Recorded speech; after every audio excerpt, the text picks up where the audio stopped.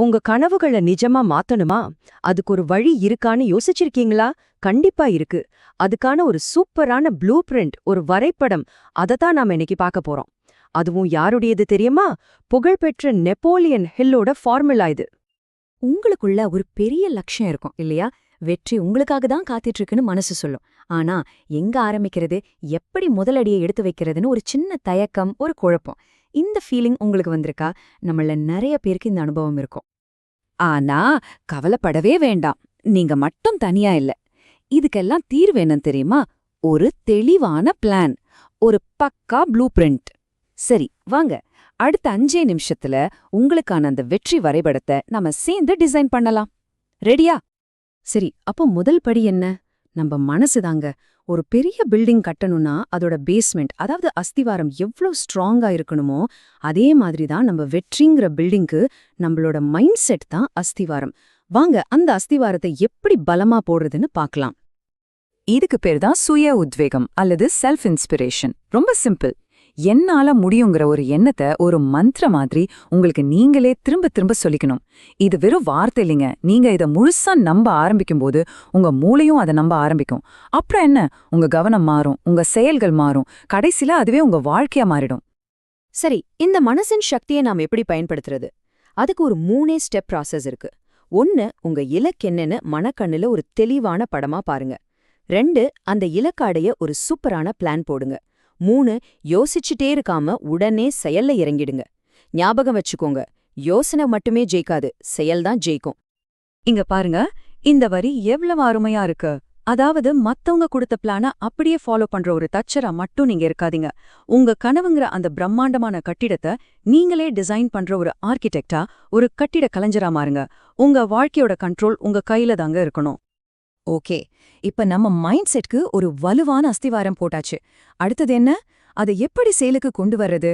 ஒரு சூப்பரான மனநிலைய நிஜமான வெற்றியா மாத்துறதுக்கான அந்த சாவி இப்போ நம்ம கைக்கு வரப்போகுது. நம்மள பல பேர் செய்யற ஒரு பெரிய தப்பு என்ன தெரியுமா? Multi tasking. ஒரே நேரத்துல 10 வேலையை இழுத்து போட்டுக்கிட்டு செஞ்சா நம்மளோட ஆற்றல் வீணாகிறது தான் மிச்சம். எந்த வேலையும் முழுசா முடியாது. ஆனா அதுக்கு பதிலா ஒரே ஒரு விஷயத்துல உங்க முழு கவனத்தையும் செலுத்தினா என்னாகும்? அதுல நீங்க ஒரு மாஸ்டர் ஆகிடுவீங்க, உங்க இலக்கையும் ஈஸியா அடைஞ்சிடுவீங்க. நான் இது சும்மா சொல்லலைங்க. இத பாருங்க, ஆண்ட்ரூ கார்னிகி, அவரோட கவனம் முழுக்க ஸ்டீல் மேலதான். ஜான் ராக்ஃபெல்லர், அவரோட உலகம் ஆயில் மட்டும்தான். Henry Ford, automobiles. ரைட் சகோதரர்கள், விமானம். இவங்க எல்லாரும் அவங்களோட முழு சக்தியும் ஒரே ஒரு இலக்குல கூச்சதால தான் இன்னைக்கு வரலாறுல அவங்க பேர் நிலைச்சு நிக்குது. சரி, அடுத்ததா நாம ஒரு ரொம்ப ரொம்ப முக்கியமான விஷயத்துக்கு வரோம். அதுதான் நம்மளோட குணம், நம்மளோட கேரக்டர். பாருங்க, நீங்க என்ன சாதிக்கிறீங்கங்கிறது எவ்ளோ முக்கியமோ, அதை எப்படி சாதிக்கிறீங்கங்கிறதும் அதே அளவு முக்கியம். அந்த பாதை நேர்மையா இருக்கணும். ஏன்னா வெற்றிங்கிறது எப்பவுமே நேர்மையான, உண்மையான ஆட்களை தேடித்தான் வரும். ஒரு சின்ன உதாரணம் சொல்றேன் கேளுங்க. அமெரிக்காவுல சில பெரிய டிபார்ட்மெண்ட் ஸ்டோர்ஸ், அவங்க விளம்பரத்துல துளி கூட பொய் சொல்லாம ரொம்ப நேர்மையா இருந்தாங்க. அதனால மட்டுமே அவங்க நம்பர் 1 இடத்துக்கு வந்தாங்க. அதனாலதான் சொல்றாங்க, ஹானஸ்டி இஸ் த பெஸ்ட் பாலிசின்னு. லட்சியம்னா நம்ம மட்டும் ஜெயிக்கிறது கிடையாதுங்க, அது சுயநலம். உண்மையான லட்சியம்னா என்ன தெரியுமா? நீங்க ஜெயிக்கிறதோட சேர்த்து உங்களை சுத்தி இருக்கிறவங்களையும் ஜெயிக்க வைக்கணும். நெப்போலியன் ஹில்லே இதுக்கு ஒரு அருமையான உதாரணம் சொல்றார். அவருக்கு ப்ரொமோஷன் வேணும்னு ஆசை. அதுக்காக அவர் என்ன பண்ணார் தெரியுமா? தனக்கு கீழே வேலை செய்யறவங்களுக்கு நல்ல பயிற்சி கொடுத்து அவரோட இடத்துக்கு அவங்கள தகுதியானவங்களா மாத்தினாராம். யோசிச்சு பாருங்க, இது எவ்வளவு உன்னதமான குணம்.